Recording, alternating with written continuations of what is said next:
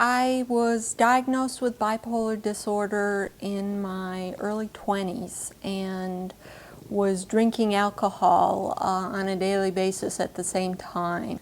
It wasn't until 2 years after my diagnosis that they recognized my alcohol problem. Dual disorders are very common.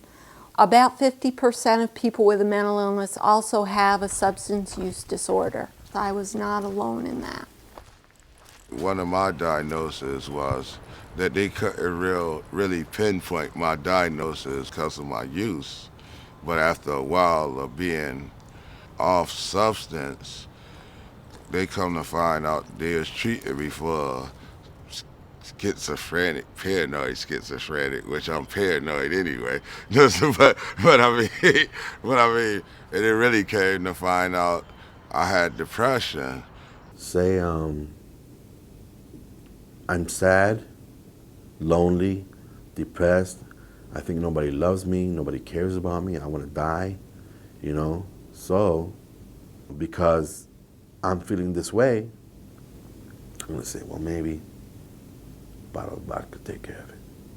So, bam, I mix it in.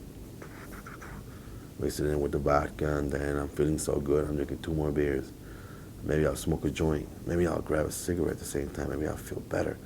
And then, the next day after, all your happiness and all your fun is gone, the dark hole again. It sort of continues. It doesn't stop, and it gets worse. I can remember being there like in a hopeless dilemma where you don't think there's no way out but to use. You know, I felt the drugs have given me, and my father, like I said, I remember going back till I was 5, you know, and it's really attacked my body, and it's, and the body's there, it's kind of attacked it, and it's part of it. So to break loose is almost an impossibility. You know, it's very tough. It's tough to break that, and it's quite a struggle. Once someone recognized my substance use disorder, I didn't get sober right away. It took me several tries. Part of the problem was that there wasn't anything like integrated treatment when I was ill. I had a substance abuse counselor for my alcohol problem, I had a psychiatrist for my bipolar disorder, and I could never get the 2 of those people to talk on the phone, say anything about integrating treatment for me. Integrated treatment works best for people who have dual disorders. Without any integration of services or treatment, I had a very difficult time getting sober.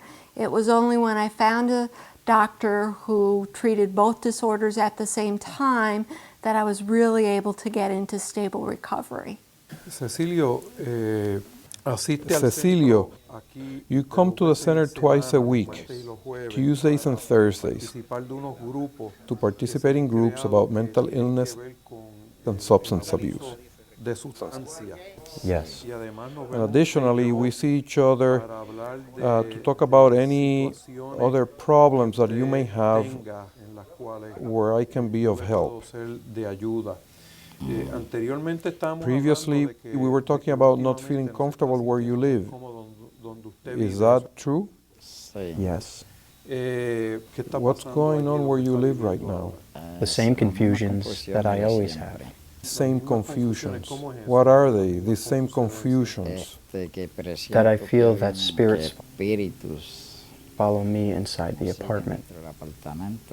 I understand.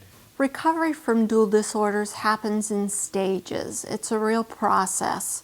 When I first was diagnosed with a substance use disorder, I didn't have any desire to stop drinking. When I was younger, it was harder to understand. And then about a year, I started understanding my illness, and I started speaking to people about it. And then I kind of said to myself, it's kind of embarrassing just talking to somebody about my illness. What we'd like to do today is actually an exercise that kind of helps people understand where substances fit into their lives? Now I'm starting to try to be open up about it because that's helping me out and not getting a relapse again. And the first set of questions has to do with The healing process. how substances, and when I say substances, you know what I mean by that? Drugs. Drugs and alcohol. So substance use, we're going to talk about. We're going to talk about what are the benefits? When you drink, do you feel better? Do you feel worse? Do you feel the same? I feel good. I don't feel bad things. Some of those messages, I don't feel them. What is it that you drink? What kind of alcohol? Pure rum. Pure rum. And when you drink, you don't have those ideas? No, they go away. No las tengo, no. I didn't believe it at first. I said to myself, how can alcohol get mixed with your depression? If you drink alcohol, you feel good, you know? How am I going to get depressed if I'm feeling good? The next day, bam, I'm depressed, you know? And right there I said, wow, it's true, you know? I began to look at what alcohol was doing for me and the problems it was causing. People wouldn't use substances if it doesn't give you something. And so there are some benefits, and we'll talk about that. And then we're going to talk about the drawbacks, the problems with it. People who have dual disorders are at an increased risk for many other problems. 17 years out of my life, I've been in prison. 17 years. Today is my birthday. It's the first birthday in 17 years that I have out in the street, out in the world. My first birthday, I'm 34 now.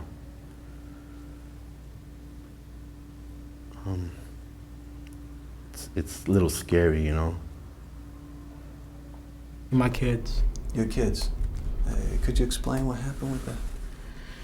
Well, I was doing well about 3 years ago. I got to see him, spend some time with him, and my girl. And after that, the drugs just took me away.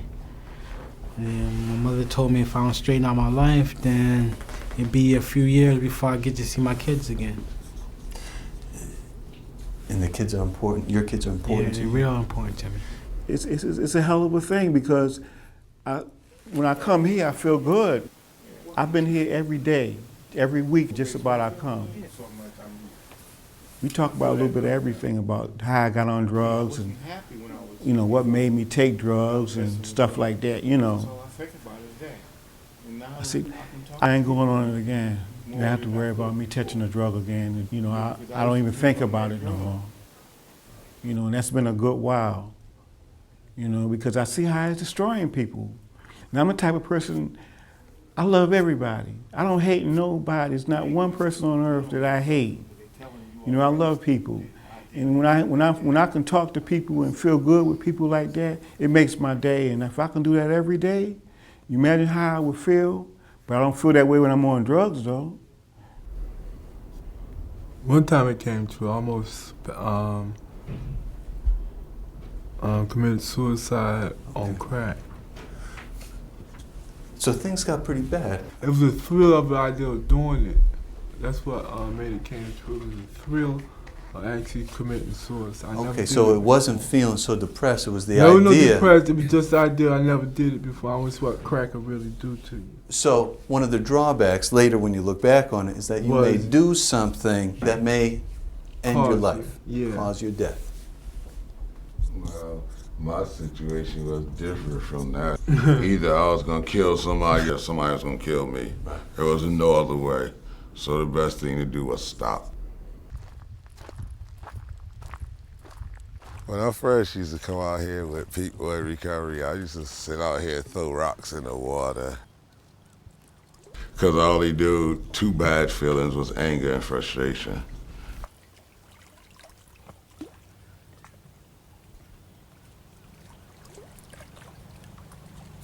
And that's about my Vegas memory of this place, throwing stones in the water. And other people like, why you doing that?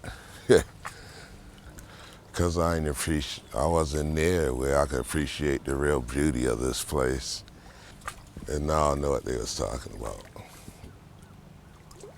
Wasn't at peace. Integrated treatment works best for people who have dual disorders.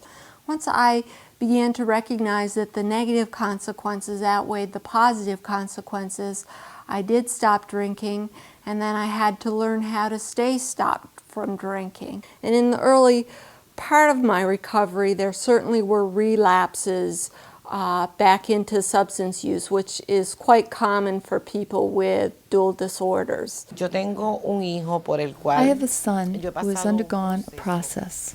He's been an addict. He started with marijuana, then cocaine, then crack, and later heroin. That's when he hit bottom. He's been clean for a year here, 5 months there, but then he goes back to it. You know, this is a very difficult problem. It's hard for you to, how do you say it? To accept that you have a family member with this condition. The addiction and the emotional. It's very difficult to accept. It takes time, and you become involved in groups and counseling, and they help you to accept your son's condition.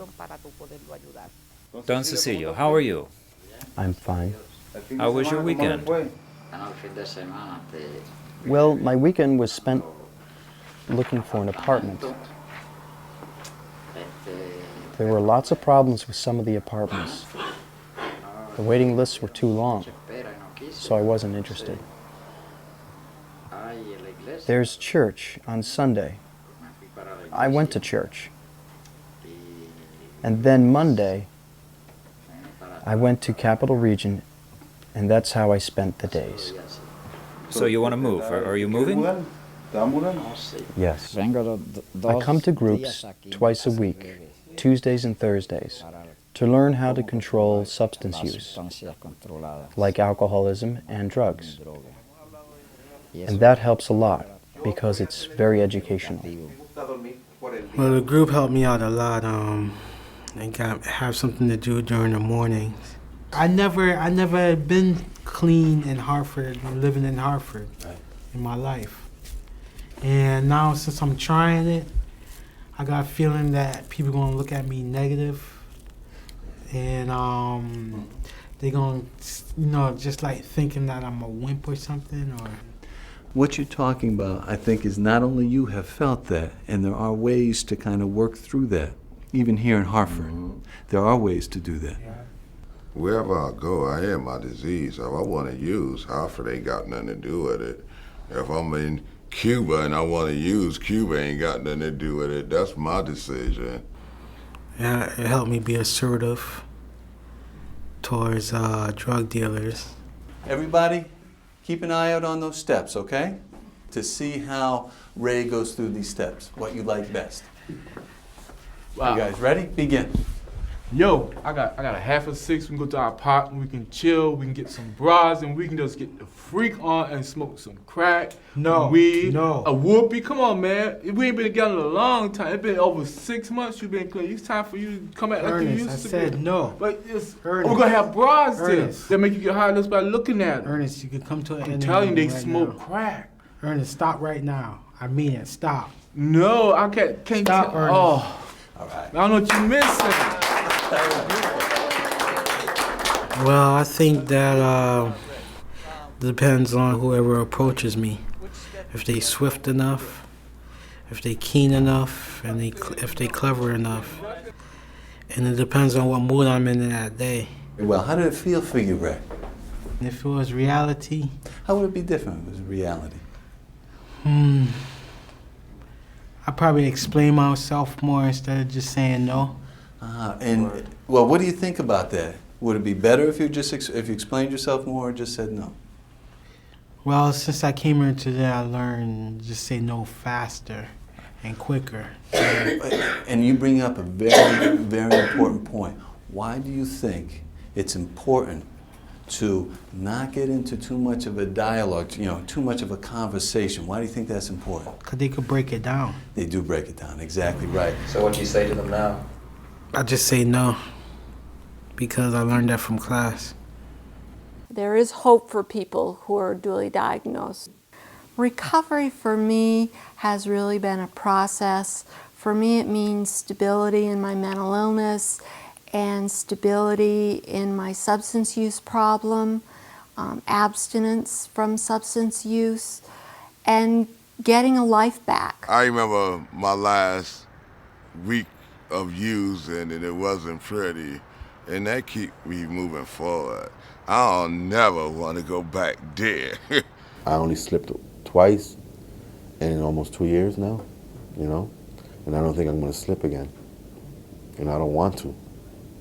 I just hope that in time that I just heal and get through this easily. There is hope when you follow up with treatment adequately. If you follow up with your treatment adequately with your therapist about your addiction problems and your emotional problems, you can move forward, and there is hope with this program. The disease of addiction and the disease of mental illness, they ain't too far. With me, they ain't too far apart because they both know right when to move in. You know what I would tell you? Stay strong, man. It ain't the end of the world yet. And if I can do it, you can do it. You gotta stand up. You gotta get up and pray, and you gotta get going. Give yourself a chance. Sometimes I look in the mirror and tell myself, you didn't use today. That's good. You didn't harm nobody today. That's good. And I'll have to, sometime when I'm feeling down, I'll do that stuff to remind me of I'm not that bad a person. I like people too. I like being around people, and I like different opinions. My own stuff ain't always right. So I like the conversation. I like women. Hey, like clothes, like shopping, all that stuff. I like just about what everybody else like. Just be in the mainstream of life, in the main flow of life. And I think I'm about there. If I'm not, hey, I still got work to do, but I'm closer than I was.